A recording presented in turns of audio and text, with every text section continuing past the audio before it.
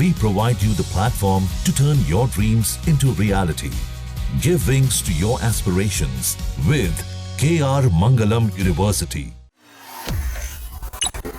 भारत के 7 सर्वदलीय प्रतिनिधि मंडल में से एक का नेतृत्व कर रहे कांग्रेस सांसद शशि थरूर इस समय कोलंबिया की राजधानी बोगोटा में हैं। यहां वो आतंकवाद के खिलाफ भारत द्वारा किए गए ऑपरेशन सिंदूर को लेकर जानकारी साझा कर रहे हैं। इस दौरान थरूर ने कोलंबिया सरकार के प्रति थोड़ी नाराजगी जाहिर की और कहा कि हम कोलंबिया सरकार की प्रतिक्रिया से थोड़े निराश हुए हैं। उन्होंने कहा कि पाकिस्तान में आतंकी ठिकानों पर भारत के हमले में मारे गए लोगों के प्रति कोलंबिया सरकार ने संवेदना जताई। शायद स्थिति को पूरी तरह से समझा नहीं गया। I have to say that we were a little disappointed in the reaction of the Colombian government, which apparently expressed heartfelt condolences on the loss of lives in Pakistan after the Indian strikes, rather than sympathizing with the victims of terrorism.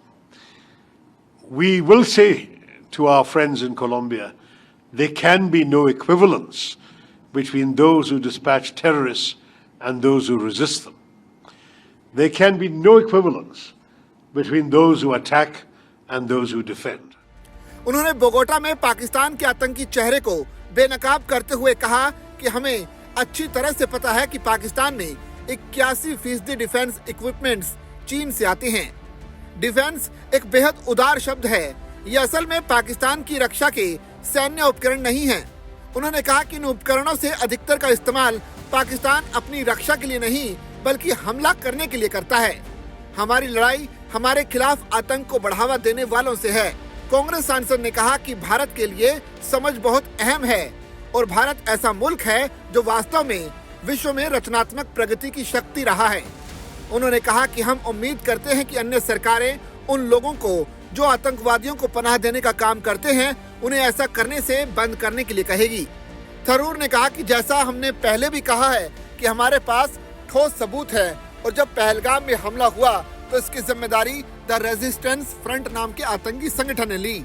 ये संगठन पाकिस्तान के मुरीदके में लश्कर तैयबा की एक इकाई है।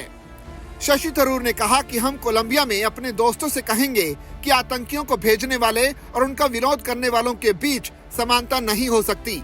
इसी तरह से हमला करने वाले और इससे अपनी सुरक्षा करने वालों को एक तराजू में नहीं तोला जा सकता।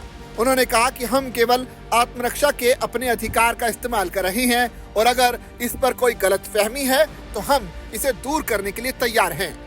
हमें कोलंबिया सरकार से पाकिस्तान और पीओके में भारत की सैन्य कार्रवाई के बारे में विस्तृत जानकारी साझा करने में खुशी होगी। जाहिर है शशि थरूर का इशारा इस तरफ था कि अगर कोलंबिया सरकार ने पाकिस्तान में मारे गए लोगों की प्रति संवेदना जताई है तो इससे वो नाखुश दिखाई दिए।